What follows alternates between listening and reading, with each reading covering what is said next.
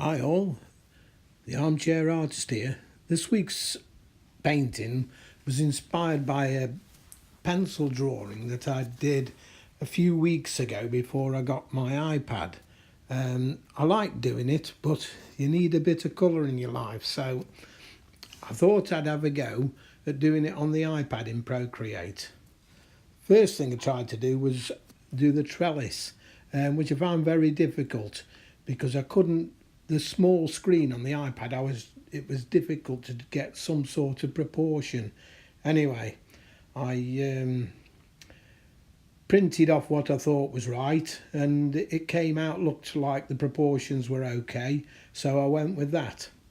I coloured it in grey, and then used a fine brush to create some fine inking brush to create some sort of grain, a wood effect. I wasn't too particular about making it hyper realistic, just so long as it looked like a piece of trellis, and I think it worked out reasonably well in the end. I was quite pleased with it anyhow. After doing the trellis, it looked a bit daunting all on its own. Where was I going to put the flowers and the leaves, and where was I going to start? So I created a stamp brush. I won't go into the details of how I did that on here because there are plenty of tutorials on the internet that cover how to make a stamp brush.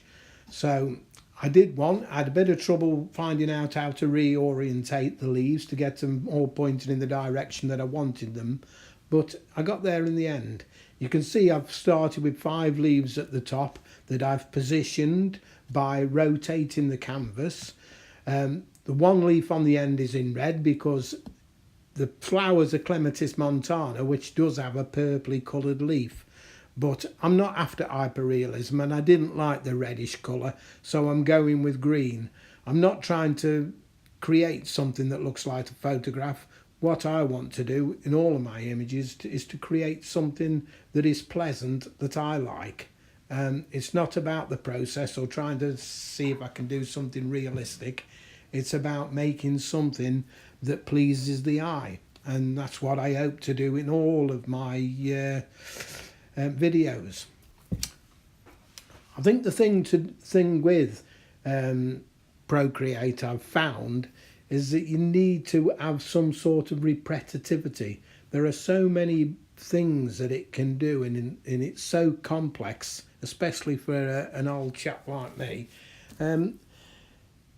that it takes a bit of getting used to. So I've come up with a sort of a process of doing leaves that I can repeat over and over again. And to that end, the way I do it is to create the leaf shape. Using the stamp, I can position the leaves and then make sure they're all roughly the same size, how I want them compositionally, and then I can start inking them in. So in this, I ink them in with a inking pen, then I draw the fine lines for the veins with a fine tipped inking pen, and then do the texture with a textured brush. I actually use a brush called a grunge brush. And then I put the highlights in using a very light blue colour.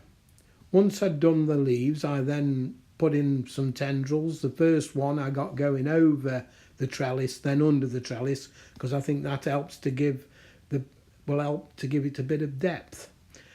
Then I created a Clematis flower stamp brush and a bud stamp brush, and then I populated the rest of the painting with it.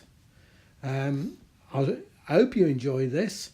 I will show you the rest in another part. If you want to see that, please subscribe. Thanks for watching.